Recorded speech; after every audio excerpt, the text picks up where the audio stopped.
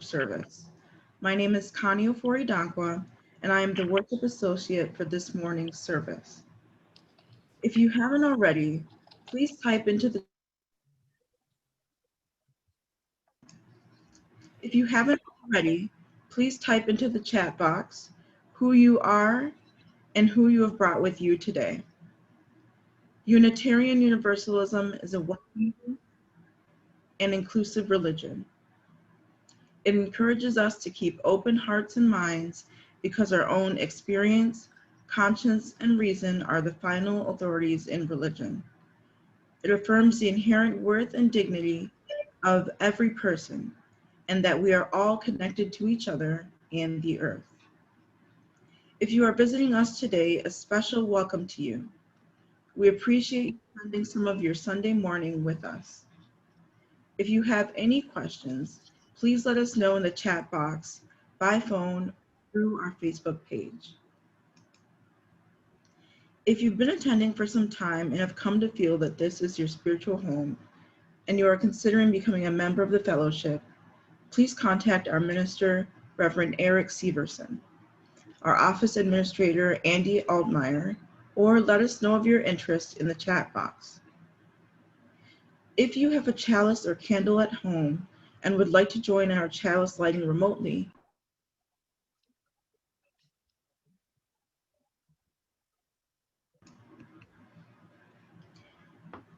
we will be including joys and sorrows this morning as we normally do during the service. You will want to find the participant icon to raise your hand for that.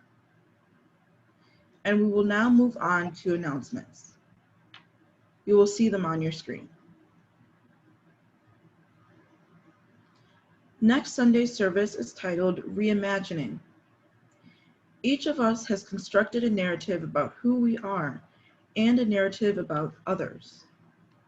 What if those stories are wrong? Fellowship member Denise Reiling will speak about redemptive narratives versus contamination narratives, as she encourages a new way of seeing ourselves and others. UUFOM has created a forum for sharing feedback on our Sunday services. After the service, please go to uufom.org/Sunday feedback. Just plug in the date of the service and fill out the optional questions. If you have any questions about the forum, please contact Wendy at office@uufom.org. RE Zoom sessions, led by online RE coordinator Shayna Barth, will resume next Sunday at 1 p.m. Bi-weekly sessions will run through May 2021. Please email Shayna at dre@uufom.org if you, your children, or grandchildren would like to participate. The curriculum will be Sitting Together, a family-centered curriculum on mindfulness, meditation, and Buddhist teachings. Exploring Unitarian Universalism is a pilot project developed by our engagement team. There are 4 remaining virtual workshop sessions. The next is on Saturday, February 6th. Registration is on a first-come, first-served basis. Find out more information in our weekly newsletter, on our website, and in our Facebook Friends group.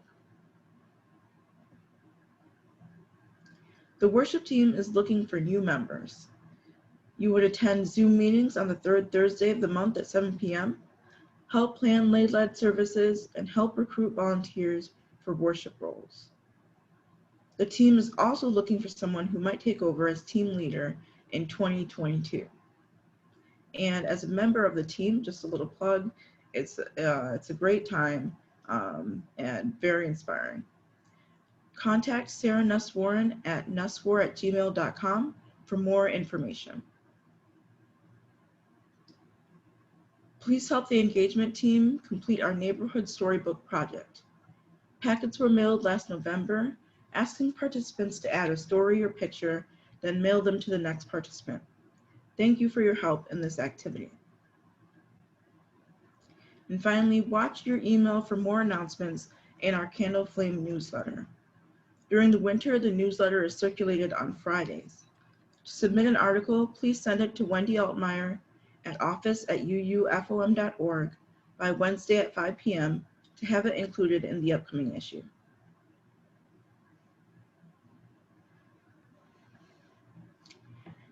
If you have a candle or chalice at home and would like to light it now, please do so.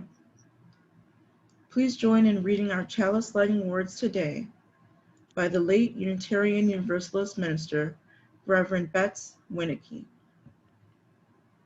May this flame, symbol of transformation since time began, fire our curiosity, strengthen our wills, and sustain our courage as we seek what is good within and around us.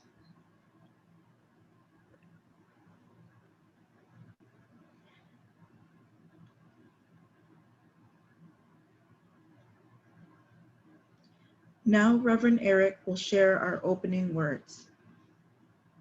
Connie, our opening words today are titled "If Just for This Hour" by Martha Kirby Koppel. In this hour, may we be open to a rededication of treasured friendships, a renewal of spirit. May we relinquish the worries and anxieties of the past week, if just for this hour, and regain our strength through this community of faith. With your mics muted, please join Unitarian Universalist minister, musician Mark David Buckles in singing a new version of Bright Morning Star. He'll teach it to us. The sound is fairly soft, so you may need to turn up the volume on your device.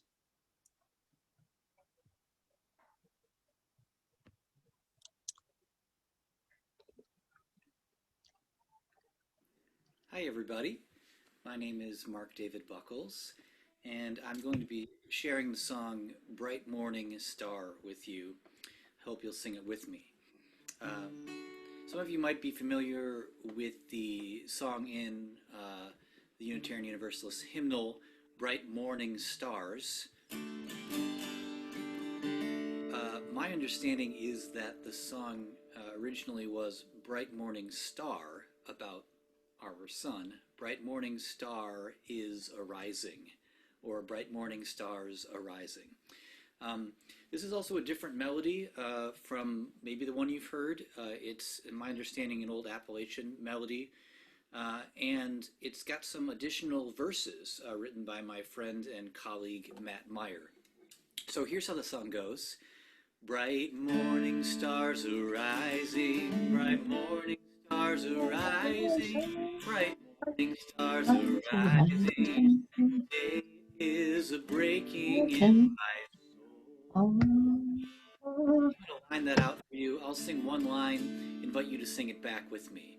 Bright morning stars arising, bright morning stars arising, bright morning stars arising, bright morning stars arising, bright morning stars arising, bright morning stars arising. You know what I mean? Day is breaking in my soul. Day is a breaking. Day is a breaking in my soul. So let's try that whole thing together. Bright morning stars arising, bright morning stars arising, bright morning stars arising. Day is a breaking in my soul. Let's try that one more time. Bright morning stars arising, bright morning stars arising, bright morning stars arising. Day is a breaking in my soul. Rise up from morning slumber, rise up from morning slumber, rise up from morning slumber, rise up from morning slumber. Day is a breaking in my soul. Rise up and hear your calling, rise up and and hear your calling. Rise up and hear your calling. Rise up and hear your calling. Day is a breaking in my soul.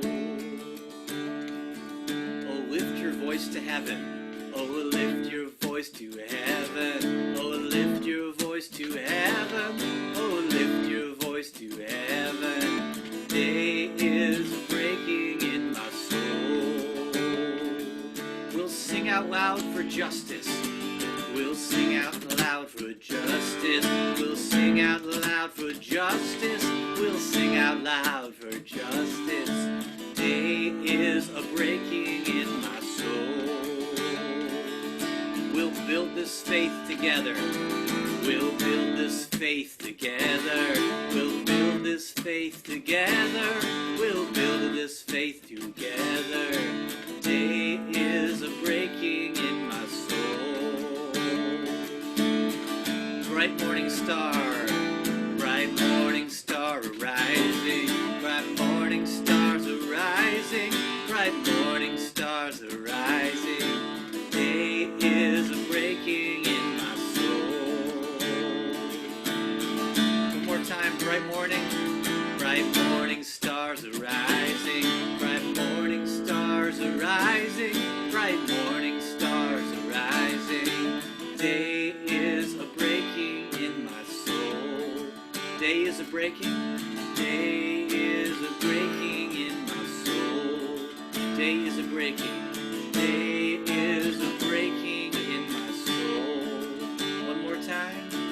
Day is a breaking in my soul.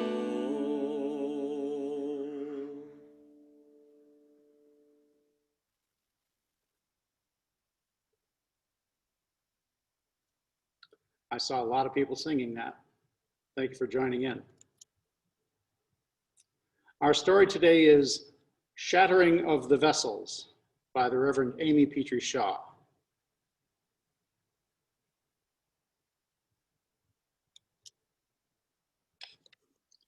At the beginning of time, before anything else at all existed, love was all there was. And it filled up everything in the whole universe. But love got bored and lonely. There was no one to be in love with. So one day love decided to make a world. First, it took a deep breath. Can you take a deep breath? How deep? Let's see. Deeper. A little deeper. Love got all squished up by taking the deepest breath ever and was so squished that it squeezed out darkness. The darkness was all around, thick and shiny and black. It was beautiful. But now love couldn't see anything. Love waved its arms and legs around, but the darkness was everywhere. I have to do something, said love. It thought for a minute and tried to think of the most wonderful, beautiful, warm thoughts ever. Love thought harder and harder. And all of a sudden, love called out, "I want light!" And pop! All of the warm and wonderful and beautiful thoughts exploded outward in 10 different directions and shaped themselves into 10 big, glowing glass balls. Each ball was filled with a spinning lump of pure light and warmth. Some of the spare good thoughts that couldn't quite fit in the glass became dust and water vapor and seeds and molecules that could form animals. And love said, "This is amazing. I better make something for the light to shine on." So it waved its arms and kicked its legs, and all of the dust and water vapor and molecules that had scattered around when the glass balls formed began to form into another huge ball this one of dirt and water and plants and animals. Love called this the earth. The 10 balls of light started toward the earth, and if they had made it in one piece, the entire earth would have been exactly the way love had wanted it. But the glass balls were too fragile to contain such powerful, wonderful, good thoughts. They broke open and shattered, and all the good thoughts flew out like sparks and were scattered like sand, like seeds, like stars.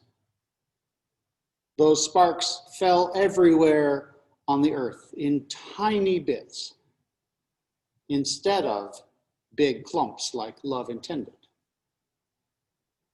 Oh no, said love, I'm too big. I'll never be able to find all those tiny sparks. I have to make one more thing. So love waved its arms and kicked its feet one last time, and people appeared on the earth. They didn't know it, but they were created with one job: to find these sparks, these tiny pieces of wonderful goodness, and to bring them together again in big clumps. When enough clumps are there, I will recreate the big glass containers to hold them, and this time I will set them down a little more carefully, love said. So all of us, from the time we are born, have a job.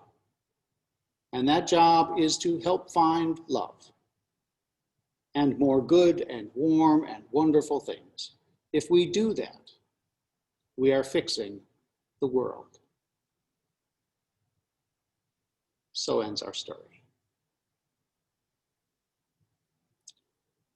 Let's listen now to our virtual choir led by Sandy Hay as it points us once again toward an enduring hope for peace and goodwill with the song Imagine, with words and music by John Lennon, arranged by Audrey Snyder, accompanied by J.J. Treadway, and audio mixed by Sarah Nusswar.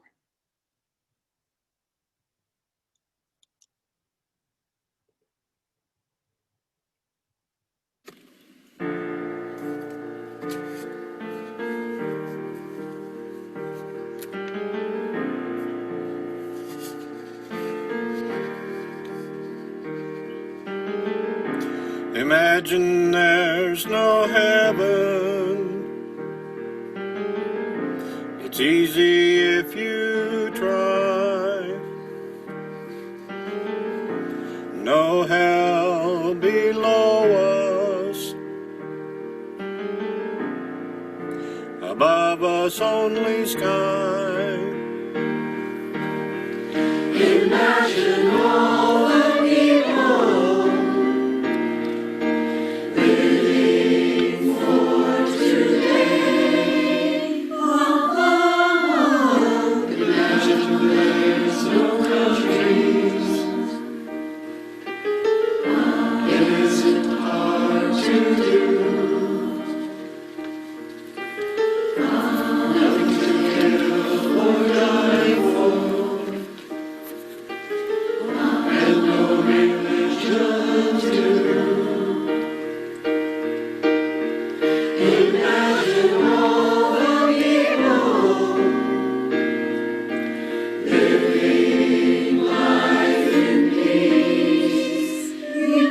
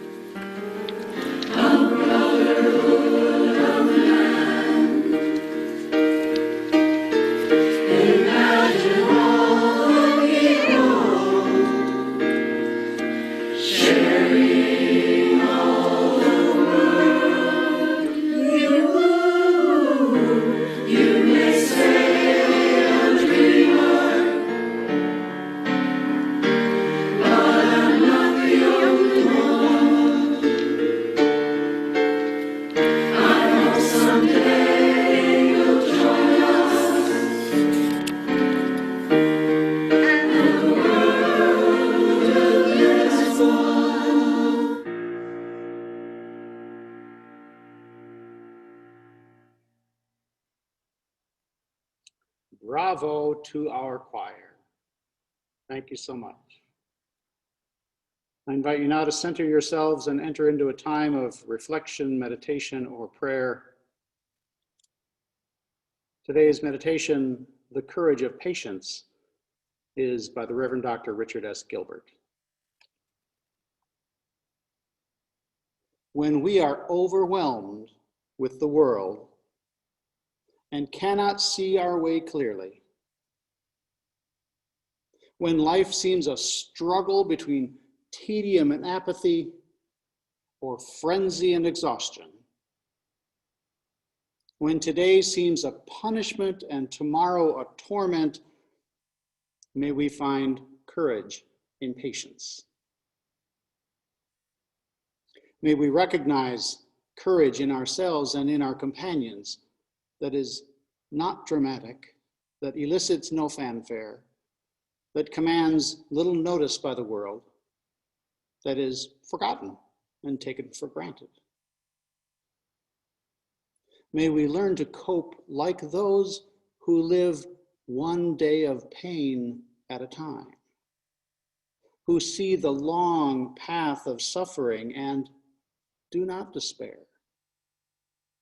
who inspire us by their patient courage when we are impatient and afraid. May we know such courage and quietly celebrate its presence among us. Connie will share our reading for today. Thank you, Eric. Our reading today is The Miseducation of Justice Making by Nathan C. Walker. What does justice making look like, feel like, when we receive hostile communication? Are we hostile in return? Or is something else required of us? What we choose to do is a reflection of who we believe ourselves to be. It all depends on what kind of power we value. I once believed it to be powerful to condemn wrongdoers. I believed it right to tear down another's unexamined assumptions and vaporize those whose presence was not worthy of my attention. I have spent far too much energy using the public forum as a battlefield. I have spent far too much energy using the public forum to annihilate those perceived to be my enemy. I believed that others were the cause of my aggression. Others were to blame for my feelings of despair, disappointment, and righteous indignation. I used to believe that being feared was powerful. I used to believe it was my duty to free the oppressed. But when reacting with righteous anger, guess who became the oppressor? So, come lovers of justice and keepers of the dream. Come justified tyrants and suppressors of screams. You are all welcome here. None of us are exempt. We have all played the parts. The peacemaker, the warmonger, they live within. This is why we, as seekers of freedom, are required to make justice not simply a product, but a process. Just actions are the means by which to achieve a just society. When we observe oppression, let us develop strategies that free not only the oppressed, but also the oppressor.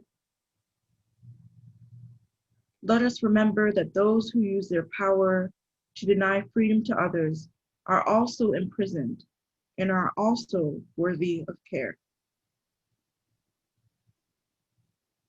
Do not let their unjust actions inspire us to justify employing cruel means, or else we'll soon become what we set out against. The challenge is this. Let us take up the miseducation of justice making by stripping our conscience of images of equity that claim to manifest through condemnation, through humiliation, through shame and blame, and righteous vindication. No, the craft of justice making begins by marrying a just thought with insightful words, inspiring us to collective action, daring to free both the oppressed and the oppressor, for we know what it's like to be both. Don't get me wrong. Stand we must, stand strong and bold, but let us choose a new way to balance the scales. Rather than shoving our foot on the oppressor's neck, let us instead reach out a hand, offer a gift, and show them, and even ourselves, a new way of justice making.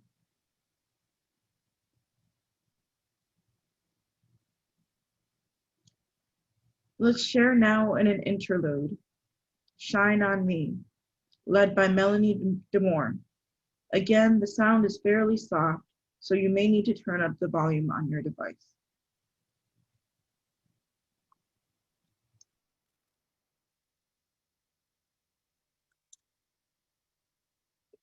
Hello, you family. I'm going to sing a song with you called Shine on Me. It's an amazing spiritual that anybody can sing. And in these days when the things that we're dealing with, the feeling separate and all of that, and things seem so hard, this is one of those songs that you just throw your head back, put it in your medicine kit. All you have to do is ask. And here's how it goes. Shine on me, oh shine on me.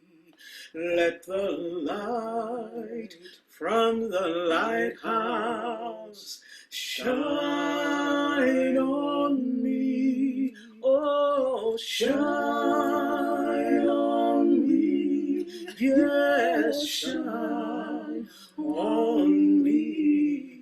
Let the light from the lighthouse shine on me.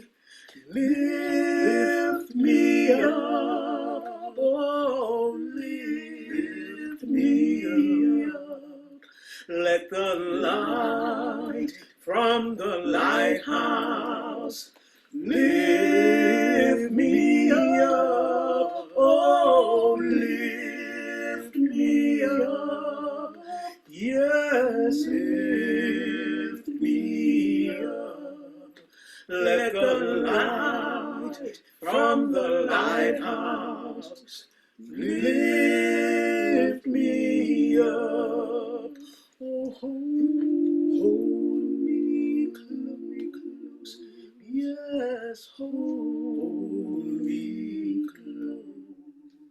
Let the light from the lighthouse hold me close, yes, hold me close, oh, hold me close. Let the light from the lighthouse, please, hold me close.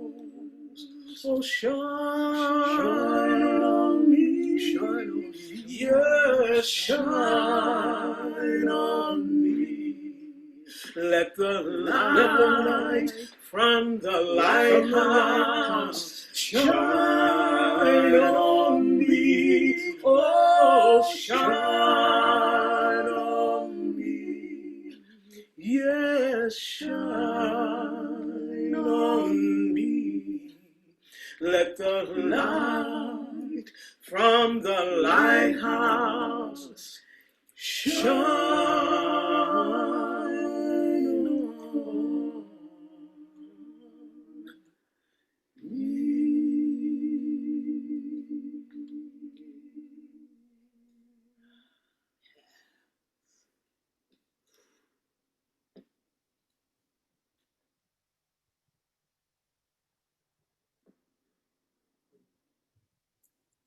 on all you have to do is just ask.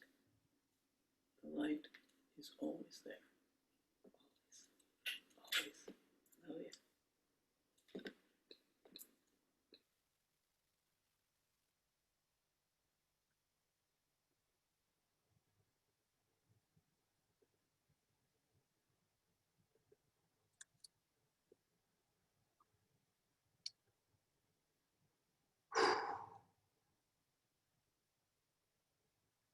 How many of you breathed a sigh of relief last Wednesday when our 46th president was inaugurated? I know I did. We remain in a state of national emergency, punctuated by the pandemic, constitutional, racial justice, and economic crises. But just knowing that the duly elected chief administrator of our country believed in and trusted in the results of science, and who finally was officially in charge, was a great relief. Shedding tears of comfort was cathartic for many of us, I'm sure. In the last year alone, we've experienced sometimes debilitating fear of contracting COVID-19, isolation from or loss of our friends and loved ones, the discontinuation of activities on which we had come to rely, sometimes financial hardship due to economic collapse, and even terror of armed insurrection. It has literally been a winter of discontent. Each of us has experienced dis-ease of one kind or another, and it's important to recognize that Black, Indigenous, and other persons of color in many cases have suffered disproportionately more than anyone else.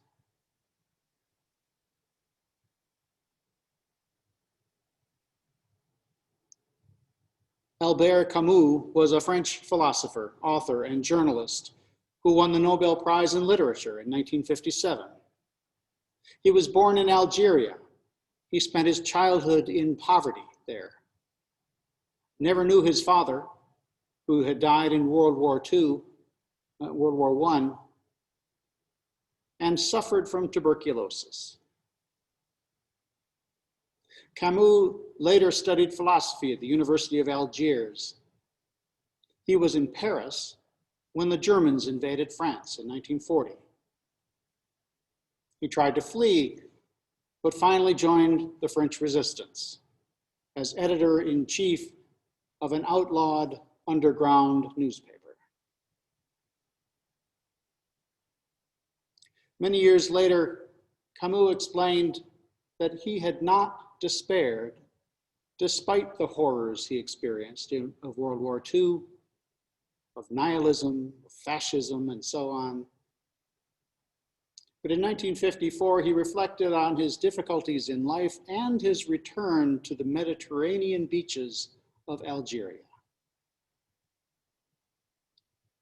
In the midst of winter, I finally learned that there was in me an invincible summer. Even in the worst years of our madness, the memory of that sky had never left me. As someone who relies on the natural world for solace and sustenance myself, I appreciate Camus' sustaining memories of that sky. And so each of us has our ways of coping with hardship. Some of us turn to voluntary public service, some of us to violence, some to addiction, some to religion. Christians trust in the Lord as their rock. Muslims trust in Allah, the light and of the heavens and the earth. Jews trust in Yahweh as judge, shepherd, and healer. Buddhists trust in the Buddha's teachings and the hope of enlightenment. Animists, pagans, and indigenous people trust in the spiritual essence of natural objects, places, and creatures. Given Unitarian Universalists' theological diversity, in what do we put our trust? What are some of the enduring strengths of our faith tradition on which we might rely? I now invite you to join me in an experiment to share your answers in 1 or 2 words. If you have access to another device or want to open another window in this device, I invite you to go to menti.com, menti.com, and use the code 9294761. Then give up to 5 answers to the question, in what do Unitarian Universalists put their trust? We'll paste the link, code, and question in the chat as well. And we'll take a look at the results of your answers in a few moments. Menti.com, 9294761.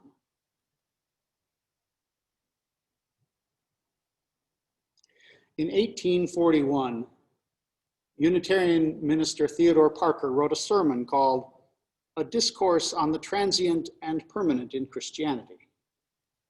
In it, he laid out his revolutionary theology by outlining what he believed were the essential and the temporary elements of that religion. For example, God is permanent, but the Bible, the words written about God, are transient. The essence of Christianity was Jesus' teachings about love. References to miracles, creeds, doctrines, and even the idea of Jesus' divinity, he said, were transient. This was Parker's most remembered and perhaps most important sermon ever for its influence on the evolution of Unitarianism. So as you continue to answer the question at menti.com, I wanted to share the beginning of my list, not exactly in 1 or 2 words. In what do Unitarian Universalists put our trust? The first, I think, is a commitment to truth. Not just defining it, but the search for truth itself. A colleague of mine, the Reverend Lisa Ward, wrote a 2016 sermon about Parker's famous sermon. In it, she wrote about how we think about and approach truth itself. There are qualities of truth that we can measure for ourselves, she wrote. The 7 principles of UUism have some tools for discernment. Is there inherent dignity in whatever the belief is? Does the belief honor individual responsibility toward truth? Would the belief function as part of the interdependent web of existence of which we are a part? And does the belief have a sense about it that goes beyond our control, a wholeness that guides us toward health? So we trust in a commitment to truth. The second thing you use trust is that our living tradition is just that. It is living and dynamic. As I spoke last week, we remain open to new ideas. One of the hallmarks of Unitarian Universalism is that we do not claim all the answers to life's persistent questions. Rather, as we say each week in our greeting, we consider individual conscience among the prime sources of religious authority. And our congregations exist to support our individual searches for truth and meaning. Third, we Unitarian Universalists are committed to the evolution and development of both ourselves and our institutions. We remain open to new prophetic voices calling us to justice. We remain open to new scientific discoveries that change our understandings of life, of human behavior, and of our social systems. The Reverend Nate Walker, in our reading, wrote about his own evolving awareness that the ways we give and receive communication reflect who we believe ourselves to be and what kind of power we value.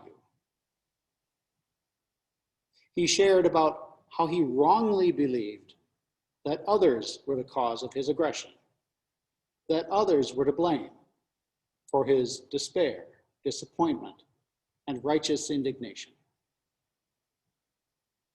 All of us, he wrote, are welcome to the conversation, whether we are keepers of the dream or tyrants.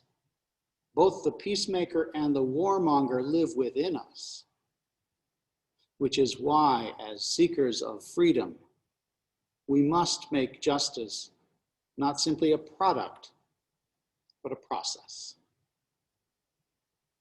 Just actions are the means by which we achieve a just society, he wrote.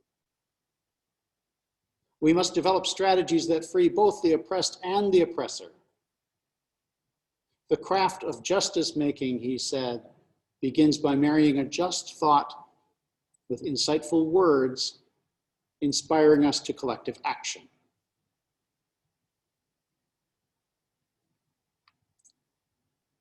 I suspect that this perspective may be easier for a white person to assume than for a person of color. Our institutions, too, must evolve. I'm not sure Reverend Walker says enough about the disproportionate dynamics of power, or that responsibility for anti-oppression lies chiefly with the oppressors. Along these lines, too, I want to note that we too often and easily fall into dualism, a static binary metaphor of light versus dark. I'm guilty of it today in the elements of our service. I often, though hopefully less often, fall into this myself without even thinking about it.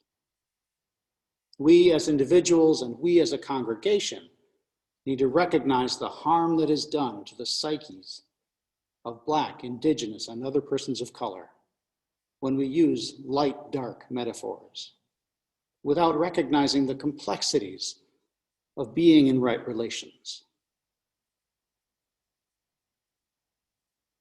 Fourth, we are committed to both pluralism and unity. Unitarian Universalists recognize and cherish the fact that sources of truth and meaning are everywhere. From ancient scripture to cutting-edge scientific data, to music, poetry, and drama, and the lived human experience, we revel in the richness of life. And we welcome cognitive dissonance when we hold two seemingly opposing truths in creative tension. And at the same time, we value unity of spirit and purpose. John Lennon's song, Imagine, dared us to be dreamers, dared us to imagine the unimaginable good. It dared us to hold before us the dreams of people like Dr. Martin Luther King. The song dared us to imagine all the people living as siblings, living for each other, sharing the world in peace and justice united as one people, one love, one world. This commitment to both pluralism and unity might be reframed as an acceptance of the tension between individualism and collectivism, which runs strong in Unitarian Universalism. One of the ways we relieve this tension is through covenant. We must explicitly acknowledge, promise to one another how we will treat each other. And that includes a commitment to accountability. As with other words in past weeks, I find that the word accountability appears nowhere in our 7 principles. Only a proposed 8th principle calls us to journey toward spiritual wholeness by working to build a diverse, multicultural, beloved community by our actions that accountably dismantle racism and other oppressions in ourselves and our institutions. While the UUA has not officially adopted this 8th principle, several congregations have. If you feel strongly one way or the other, I invite you to talk to a member of your board of trustees. And finally, the 5th enduring aspect of Unitarian Universalism, I think, is our commitment to embodying our values. We are vehemently committed to living out our values, the values that underlie our 7 principles, and chief among them is love. We strive to improve the human condition and to restore and balance all life on this planet. So let's take a look now at the results of our poll. That was an experiment.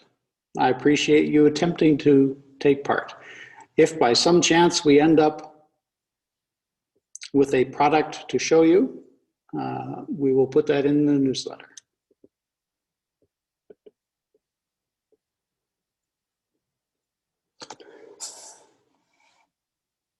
So when we are overwhelmed with the world and cannot see our way, caught as we are between tedium and frenzy, the Reverend Richard Gilbert counseled in today's meditation that we seek in ourselves and others the courage of patience, a courage that is not dramatic, but that commands little notice.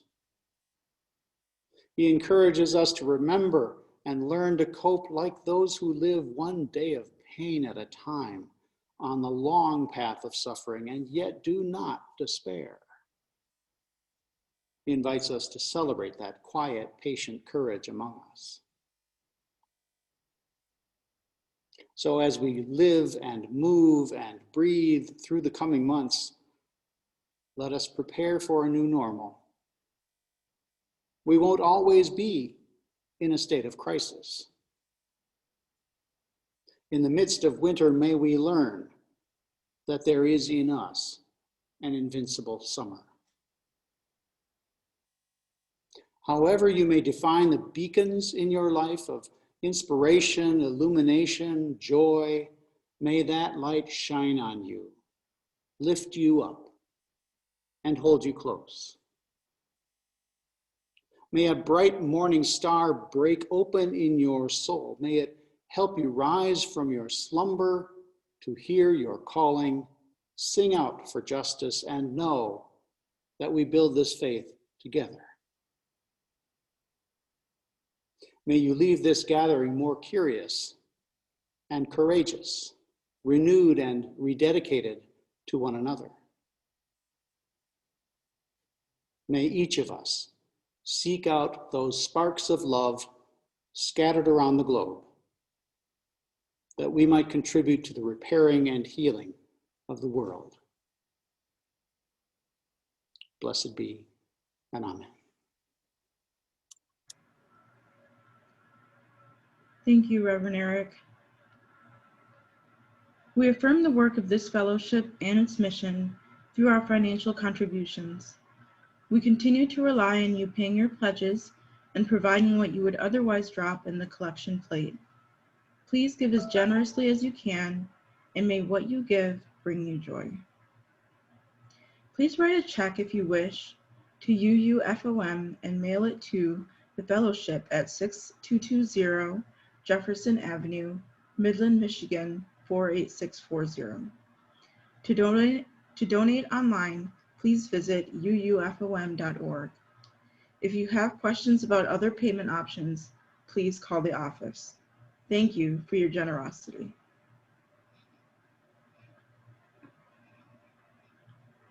If I could, I'd like to interrupt and share a slide.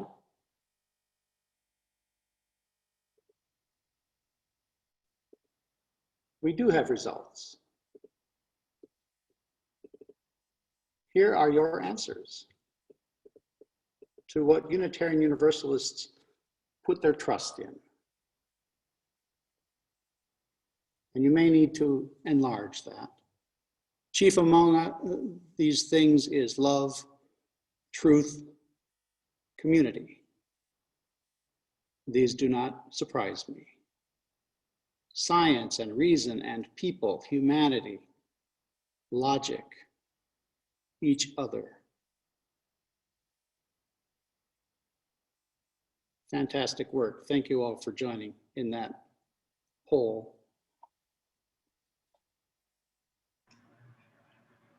Thank you, Eric. That was a great exercise.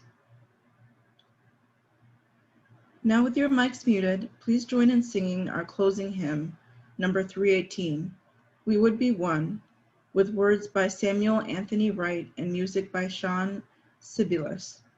We give special thanks today to the choir of the Unitarian Church of Baton Rouge, Louisiana.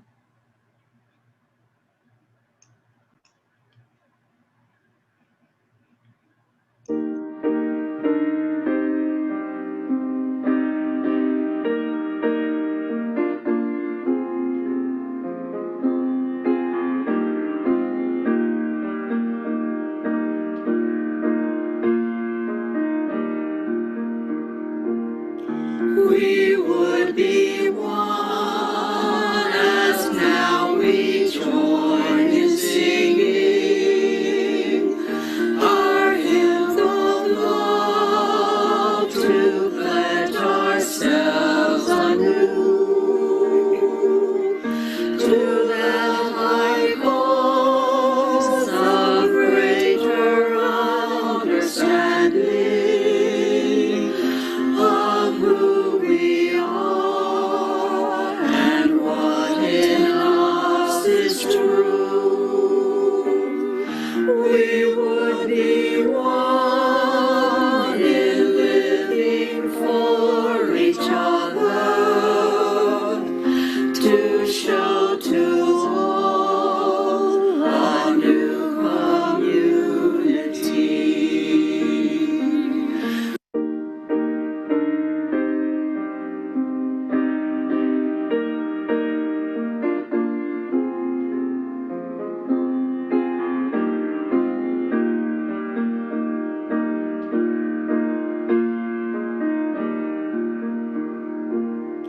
We would be one as now we join in singing our hymn of love to pledge ourselves anew to that high cause of greater understanding of who we are and what in us is true. We would be one in living for each other to show to all a new community. We would be one in building for tomorrow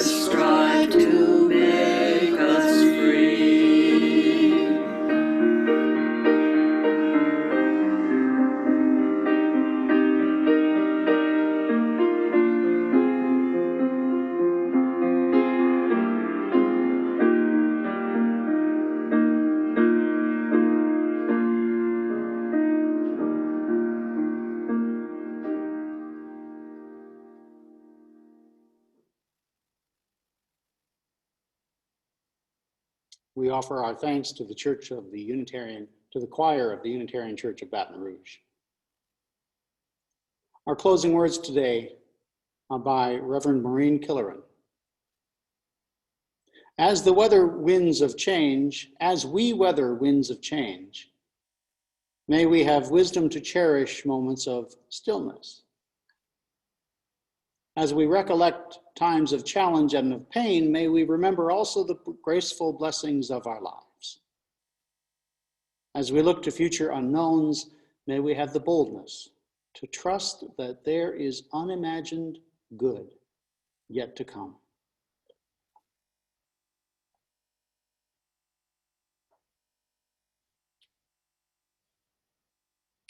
Thank you for joining us today, everyone. Thank you to those who helped make this service possible today. If you can stay to chat, great. If you need to go, we'll understand. Whatever you may encounter in the coming week, please know that the love of this community goes with you. Until we're together again, many blessings.